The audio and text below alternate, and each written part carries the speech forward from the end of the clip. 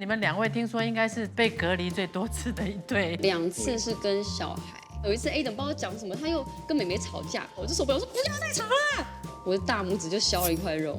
会参加才华是因为你很清楚知道，要追寻演艺的梦就是才华。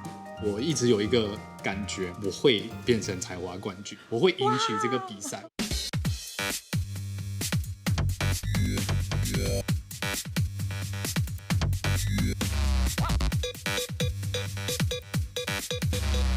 全听你说。所以你那个没戏拍的日子怎么办呢？刚开始我就忍，需要不要紧，以后会有机会，有机会。可是我的合约也会到的嘛。然后所以我记得很清楚，有一个 casting 是那个 Fighting Spiders， 我会跟我经纪人说，经纪人说你不要去，他们有一个数量，你下去只是冲人数。然后他就说不要去，不要去。可是我还是去了，我还是自己去。蛮叛逆的。因为我觉得我都不听话，可是如果我没有戏演，我没有办法当演员，我真的不知道可以怎么样。我真的得到那个角色，而且他们就把之前的演员换掉。然后 Fighting Spiders 之后，我就开始有一些戏了。我觉得如果重新再来的话，我还是会去那个 audition， 不过我会好好跟我的经纪人谈。我觉得这个沟通的成熟度，我当时没有办法做到。我只是觉得这个东西我一定要做，而且尤其你得到了，然后对大家有，而且我得到的时候，我那时候可能还会有点嚣张，对不对？我真的不会做人，是吗？给你点个头。因为他你觉得他刚刚这样做，他 Fighting Spider 第2次的首映会，拍第2节首映会那一天，是我刚到新加坡的第1天。我的 manager 就问我说：“你要不要去参加一个首映会？”我说：“哦，好啊。”然后就看到这个人很嚣张，染着一头金发，然后就在那边就跟人家聊天啊什么什么。然后经纪人说：“哎嗨，Andy， 这是我们新同事 Kate， 刚从台湾过来。”他就这样看我：“哦，你从台湾来？你现在可以买机票回去啊。”为什么？你是刚开始在跟他开玩笑吗？我觉得一半是在开玩笑，而且因为但是真的很拽，台湾市场很真的大，我就觉得你在台湾，你来新加坡，你从大市场来小市场，不是很奇怪？可是哪有人这样子第1次见面就这样子讲？是啊就我刚来，不会做人我初来乍到，你是不是要鼓励性的说哦，欢迎你来？因为我来这边，我是抱着我希望在这边可以有一点事情做，有发展。那你一来就酸我说该回去，那你要我接下来日子怎么过？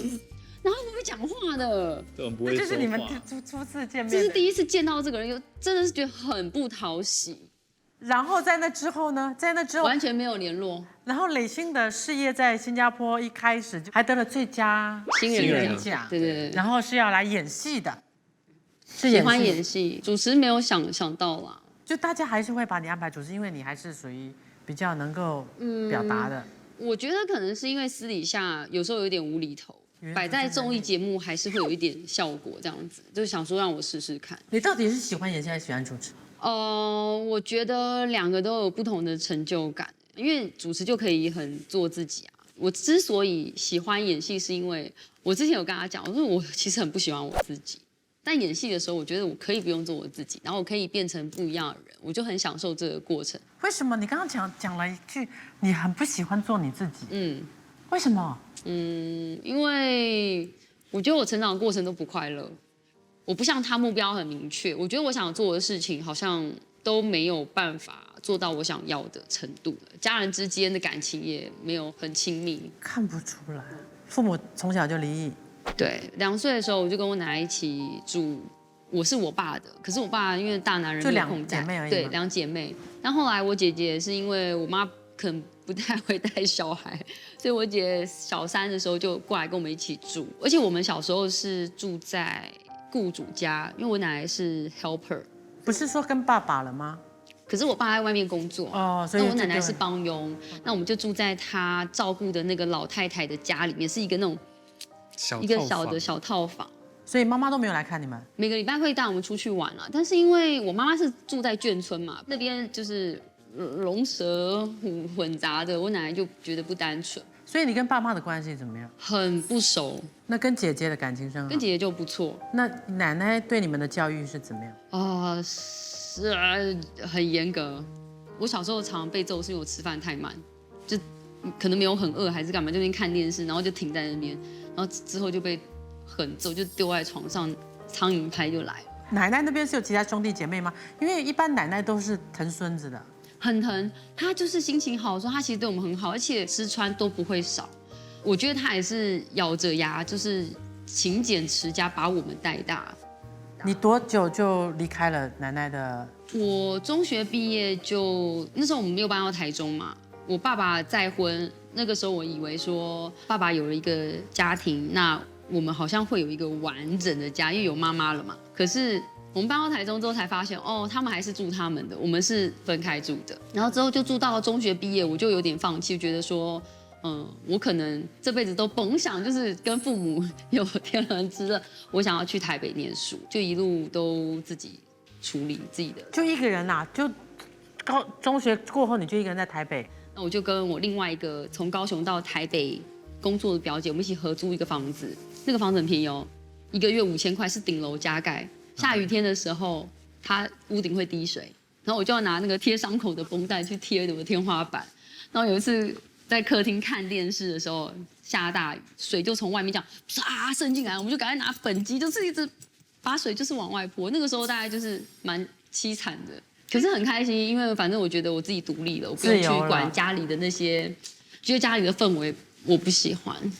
可是我觉得，在我看到的磊星一直都是那种无厘头啊，然后很幽默、很风趣，又很漂亮。但是对于你自己的人生，你居然说你不要去扮演它，我就觉得哇，你胸口有一道伤痕，没有人走得进，你也走不出，就造就我的个性，觉得啊，幽默带过就好。我有点逃避心态。对，包括好像你在主持的时候，也有碰到情绪上的对抗，就是如果太感性、太悲情，你就逃避了。我不知道怎么处理这种东西，我不会。这样主持节目，其实我觉得很可怜。可是我觉得，那我要怎么样呢？因为我已经不知道该怎么去面对这件事情，我都不知道。如果今天我看到一个小孩，哦，我这样回头看我的小时候，啊，真的很可怜。那怎么办？那怎么办？你可以怎样？我也不懂可以怎么样嘞，就是这样子哦。我们吵架他都会哭，然后我就会觉得有什么好哭的？但是我觉得他比较健康哎。邦君，你知道他有这样的一个障碍吗？我大概知道，不过这次是我第一次就是这么完整的听整个，通常都是零零碎碎，然后我自己要把它拼在一起。对，不过我知道，就我们刚认识的时候，我有感觉得出来，这个人的内心深处是不快乐的。我们一开始我没有想要结婚，因为我很怕离婚，我会觉得承诺都是屁，就是说什么我会一辈子照顾，我觉得这是屁，说离就离。因为常常我就觉得不然怎样，不爽就好，我心里就讲好，那这样不然怎样。就不要在一起啊！然后我一个人还不是活得好好的，我一个人带2个小孩没有问题啊。就是你知道这种很烂的想法，它就是原生家庭给你的那个阴影。因为我奶奶一个人带这么多孩子，都这样子活到7老80，也没有看她缺条腿啊，为什么不行？我觉得他们家庭有给我一个很大的一个见证，因为很幸福嘛。我说原来真的正常家庭是这样子的，他也给我很多安全感。所以他反而是那个会一直告诉我，结婚就是一辈子，然后就算吵架，你也不可以就是想说我们会分开。还有结婚那一天 ROM 的时候，他就在我爸爸面前，还有他们家里面，就说他会一辈子好好照顾我，他很珍惜，他觉得我是天上掉下来的礼物。这么老派的话，他在我心目中的地位永远是最高的。那会不会是因为磊星其实也挺幽默又风趣又鬼灵精，他常给你一些意外的惊喜，还有漂亮，身材又好。好，你继续说，你们先说完，我再同意。Everything have a surprise。他确实是我不值得拥有那么好的礼物。他这么说是夸奖了啦，我觉得我们2个都没有后路。没有夸奖，我只是我每次讲说，因为我知道我自己有很多缺陷，然后他也很难搞。可是真的认识之后，真的有生活在一起之后，才发现其实我们2个也很难遇到更适合的对象。我觉得刚好互补到了，而且他其实很细心。当你一有情绪的时候，他永远是那个第一个发现的。这个东西我觉得是以前我交过男朋友没有一个人在乎这件事情。这点我必须承认很难得。有些男人他怎么样，他永远都观察不到你内心的，对，做一些很白目的事情。他不快乐或者他不开心，我会很在意啊。我希望他的日子是快乐的。你们一开始是从朋友开始认识的是吗？对，是从哪一部戏？朋友吗？花样人间。对，花样人间在马来西亚。真的变熟是花样人间。对。然后从朋友怎么样开始对彼此产生好感的？那个时候我们刚开始演曙光，就我要跟他演情侣啊，根本我们演不下去，真的啊已经笑到因为上一部是演兄妹，平常生活像兄弟，啊哈但突然变成情侣，会觉得有点恶很心。恶心啊。所以那时候听说你在跟磊鑫演那个感情戏的时候，你整个人受不了。我没办法，我真的没办法，就一直笑，然后我会觉得很恶心，然后已经就是笑到那个制作组已经觉得不好笑了。剧本是很多要含情脉脉看着对方，对然后你看一下，啊，真的假的？你有画面？这个是之前哇，好帅哦！干嘛硬要买领带给我啊？你知道我不喜欢你浪费钱。这个好像 OK，这个时候应该没有。这个可能没有那么尴尬，对，那这个呢？这个已经他有好感了，这时候可能还是在恶心。我已经这时候已经忘记很后期了等一下后面门口那个你看一下，等一下，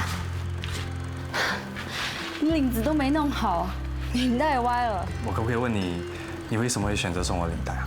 你每天这个是会很尴尬吗？这时候应该不会了，没有这个时候应该没有尴尬，就是刚开始的时候很尴尬，然后中间那一段就好 OK 了，然后是真的是到后面的时候才开始觉得好像演得很好自如哦，好容易演哦。谁开始先进一步的去？就是到后面我觉得已经有一点好感，然后回到新加坡的时候也没有想那么多，只是觉得好像少了什么，哦，好像就是这个人好像我有喜欢他在我的生命当中，就开始应该是我开始就是联系他。因为他那个时候刚好他要去台湾了，让我就跟随便啊，没有就没有早晚要啊，分对啊开的啦，对啊。啊，不然感情就是这样子啊，不然怎么样？我就是这种心态。如果他不主动，我就会画上句点。然后现在又是怎么样的一个决定，让你在2020年的时候举家再一次的勇闯台湾？因为你的离开去台湾的时候，让我觉得很压抑。2020年是 COVID 发生的第一年，4个月后你们全家就冒着隔离 COVID 的风险真的去了台湾，真的不应该你们是早就应该有计划了吧？哦，没有，真的吗？我们做决定的时间花了15分钟。那时候我们的想法是，我们想要全家人在一起。那如果大部分的时间在台湾，那就全家在台湾。可是我在这边有2点替你担心：第一，孩子正要上小1的那个对担心；第二是磊鑫自己的工作呢？我就跟你说没想太多，那时候不知道口碑会变这样，我们想说。真的半年1年，我们不知道这2年都是这么越来越严重，越来越严重。我想说，台湾飞新加坡就4个小时啊，那这样来回很快啊。殊不知，哇，这样来回就是28天去了，哇，就是4个小时变28天。我们的想法很简单，就是小孩要上小1了，那我们不想让他在2个不同的国家经历2个完全不同的教育系统。我们那时候的想法很单纯，就是这样。就算没有疫情，你那个举家过去，就算即便是4个钟头，你的整个基底对老公来讲是要向上发展，对你来讲就是没有盘哦。其实我觉得还好，因为我生完小孩之后，我这边的工作其实很少。所以你到底有没有事业心呢？我觉得生小孩之前很有，我也是生完小孩之后才发现我没有办法处理很多东西，我只能把一个东西做好，可以掌握的我才敢接。OK， 你们有没有问过孩子？对小孩来说，父母在哪里，家就在哪？家就在哪里。但是我说实在的，邦俊在打从你的心里有没有一点点会觉得，一家人可能要为爸爸的这个梦想做一点点的牺牲，改变都改变了。不是一点点，是很大的牺牲啊，因为他有他的事业啊，然后小孩有他们的学业啊，所以我都有这个顾虑。然后之后日子会怎么样，我也不清楚，但是我觉得应该可以啦，哦。OK， 但是在这间中，在寻梦的过程当中，但凡只要有一点点的不愉快，或者是不如意，那个压力就会接踵而来。现在哦，我这2年一直都有，到现在还一直都有。比如说钱赚的少，或者是顾孩子的那个想法不一致的时候，你就觉得是不是都是因为我？是不是都是因为我？无时无刻我都在想，他感觉得出来我这几年的压力很大。是磊鑫，你自己怎么看呢？我也很理解，就是你想要做一件事情的渴望，那大家就是一起把我们自己的目标完成，就兵来将挡嘛。然后我想说，再惨能多惨？难道就再去住在人家的雇主家里当帮佣吗？还是什么？就觉得能多惨？你这妈妈很有冒险精神，她绝对不会这么惨。可是很多妈妈就是我以前惨过，我不准我的孩子有任何我以前惨的影子，所以你会更加的努力，一个人赚，我会2个人赚，全家赚，赚到。因为我会觉得，如果我们今天选了比较安全的方式，但是我们可能离我们梦想越来越远，但今天走的是危险的路。可是有机会达到梦想，那我就选危险的路。那你的梦想呢？我自己也找不到答案，因为我现在很确定的就是，我很享受带小孩的过程，即便就是只是带他们去上才艺课或是干嘛，我就很快乐，我真的很喜欢。因为我觉得事业，我以前有幻想说，我演员嘛，演员最高境界就是拿个金马奖，我也有幻想过，我也想要往这个方向努力。可是有一个幸福完美的家，是我小时候的梦想，所以我现在是在完成，也是我人生中的梦想啊。只是我事业当中的那个目标，我现在会觉得说，也不见得一定急得一定要现在完成。如果说我还可以做这个工作，那我年纪大，我还是可以演妈妈、演阿嬷，我还是可以演，还可以做我喜欢的事情。所以我觉得幸福的定义是不一样，每个家庭都有自己幸福的那一道墙吧。我觉得。那请问一下，你们有没有自己的独处时间？有啊，很多啊。这个也是很重要磨合了一段时间才争取出来的。因为之前我就是小孩一生出来之后，我的视角就只有这样，我只看得到小孩的脸，对，然后旁边都是雾的。他也是有哭过啊，就是你知道吗？真的是哭过。你怎么这样讲有哭过？因为我都没有在理他，我没有在管他。然后有一天就听到一个声音说从楼梯上传下来，老婆可以聊一下吗？我就这样背对他，好像又来了，又要干嘛？然后转过去，他就说我觉得我真的很委屈，然后我就在流泪了。我就想说怎么了？哭什么？怎样？他就觉得为什么有了小孩之后，他就没有老婆了？他跟小孩争宠，他可能觉得那落差太大了，就是一时之间无法接受，所以也花了一段时间。我说那不然礼拜几的时候，我们就留时间可以独处这样子。所以独处时间你们已经磨合出来了，也是就找婚姻的一到一个中间点哦。对，我也比较不在乎，我就对啊，我就小孩就比较重要 ，OK 咯。我觉得他就是看开了。对，然后对你们教育孩子的方向理念都是一致的吗？一致。你们对孩子的教育是达成一致的话，我觉得我们制作组将要给你们考一下你们的那个。抽屉里是有东西的。来，你们一人拿一个板。你们两个个性看似不相同，可是，在一定的程度上又特别的融洽，你知道吗？第一个问题是，小孩子考试至少要考几分，你们才会满意？写个分数。OK， 来1、2、3，看一下。啊，果然100分你才会爽。对啊，你自己的那对，个。因为我觉得，他如果考不及格，我也不会生气。假设50分好了，那剩下的50分发生了什么事情，我就会请小孩，就是我们一起来解决。是粗心吗？还是不会？不会就把它学会。还是不喜欢？因为我觉得我们的目标就是老师教的每一个东西我都理解了。孩子说谎、顶嘴、偷东西，你最不能容忍哪一样？最不能容忍啊！我知道他的答案是什么。你知道他的答案是什么？你先说他的答案，你再说你的答案。说谎。有默契，对吗？你的嘞？为什么？因为他做这些东西一定有他的后面的理由嘛，对不对？比如他说谎，可能他害怕。我只想要知道你后面的原因是什么。那你后面的原因如果是可以解决的，那就不是一个问题。那你后面的原因如果是心灵上的一些东西，那我们自己也要检讨一下。对，再怎样都不能说谎，这是我们的家规。为什么？对于老公也是不能说谎。为什么？我觉得有事好商量，你诚实说出来，就是诚实从宽，抗拒从严。女儿如果穿着太暴露，你们会怎么处理？哇！你说现在这个年龄还是可能大一点，我碰过我女儿16岁的时候穿singlet在香港兰桂坊，气到跟她拉黑。那几岁才可以穿？85岁，也不雅吧？可能21岁，身体已经是属于你的自主权，你有法律自主权。OK， 来看你们的，看情况。看情况因为我跟他讨论，因为现在女生不是都挺暴露的嘛，我就说如果以后女儿这样子，就是她很享受就是这样子的过程，我会先检讨我自己，就是到底发生什么事情，为什么她一定要这样子去得到关注，还是什么？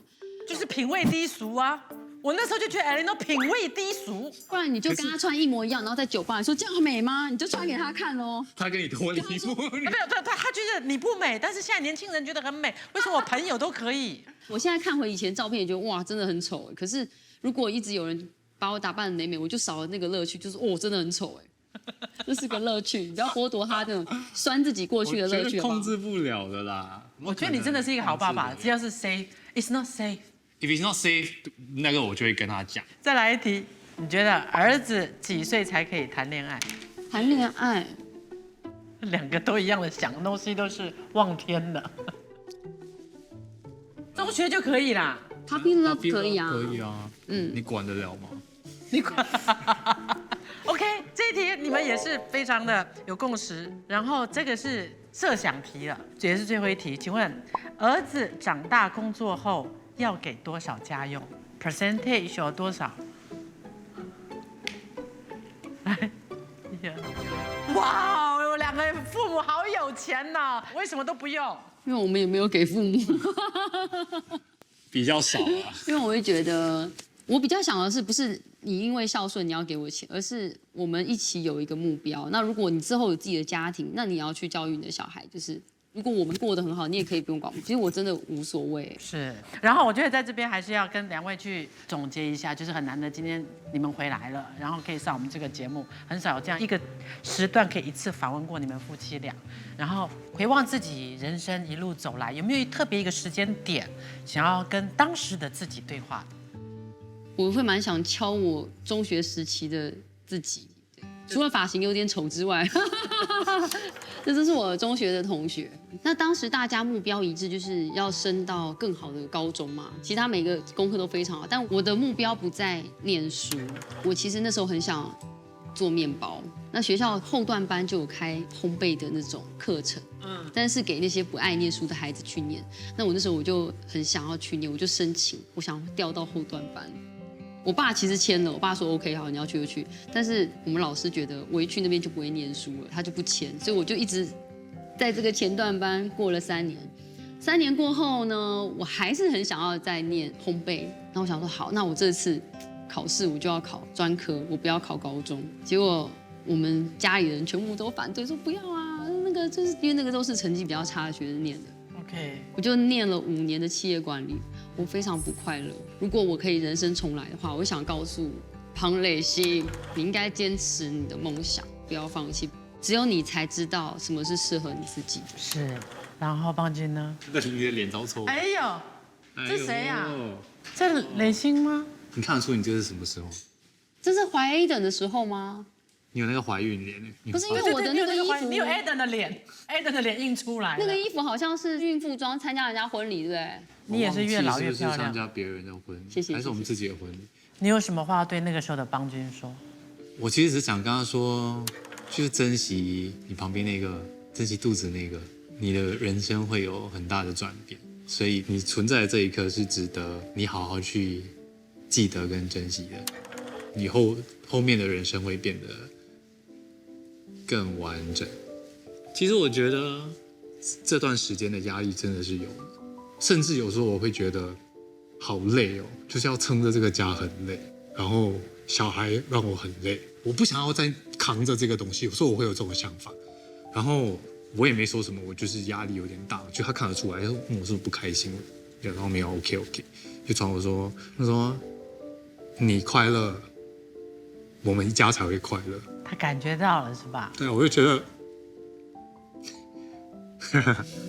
我就觉得他很怎么样可以找到一个这么可以明白我这一生想要贡献的目标跟东西是什么。你的心里满满的都是他，他的眼里满满的都是你，好羡慕，好羡慕哦！你那个陪伴跟体谅，还有尊重一直都在的话，那就太完美了。我也祝福邦君，我在你身上真的看到圆梦最美，就是你永远你勇敢的去追一个无悔的青春，追一个春夏秋冬，真的祝福你们，谢谢你。然后制作组一个小礼物要送给你们，我觉得还是一家人适用的，因为每次看到社交媒体，看到你们一家人喜欢去郊游，郊游，谢谢谢谢送你这个这么可这两爱，个宝贝，里面也都已经帮你们放好了。这个篮子也是给我们的。哦，很中他的点呢。然后这些应该是小时候的一些饼干吧，然后还有，而且小孩都很喜欢吃这个。小孩子的这些零食。哦感谢虽然两个宝贝没有来，还有盘子但是他们看到爸爸妈妈拿这个回去，谢谢谢然后谢。希望你们能够一家人还是开开心心的，永远团结在一起。好贴心哦谢谢两位，谢谢。谢谢。而且那一天，我就不想吃东西。他说：“哎，吃点东西啊什么的。”我就挖了一口那种像布丁的面东西，包布丁 bread 布丁，然后喝了一个水。我食物中毒到不行，第一天来新加坡的，就是他叫我吃的，就是他，我根本就不想吃，就是他害我的。然后后来我才听 manager 说，哦 ，Andy 更惨。你也可以上 Millicent 免费随心选听，全听你说加料版。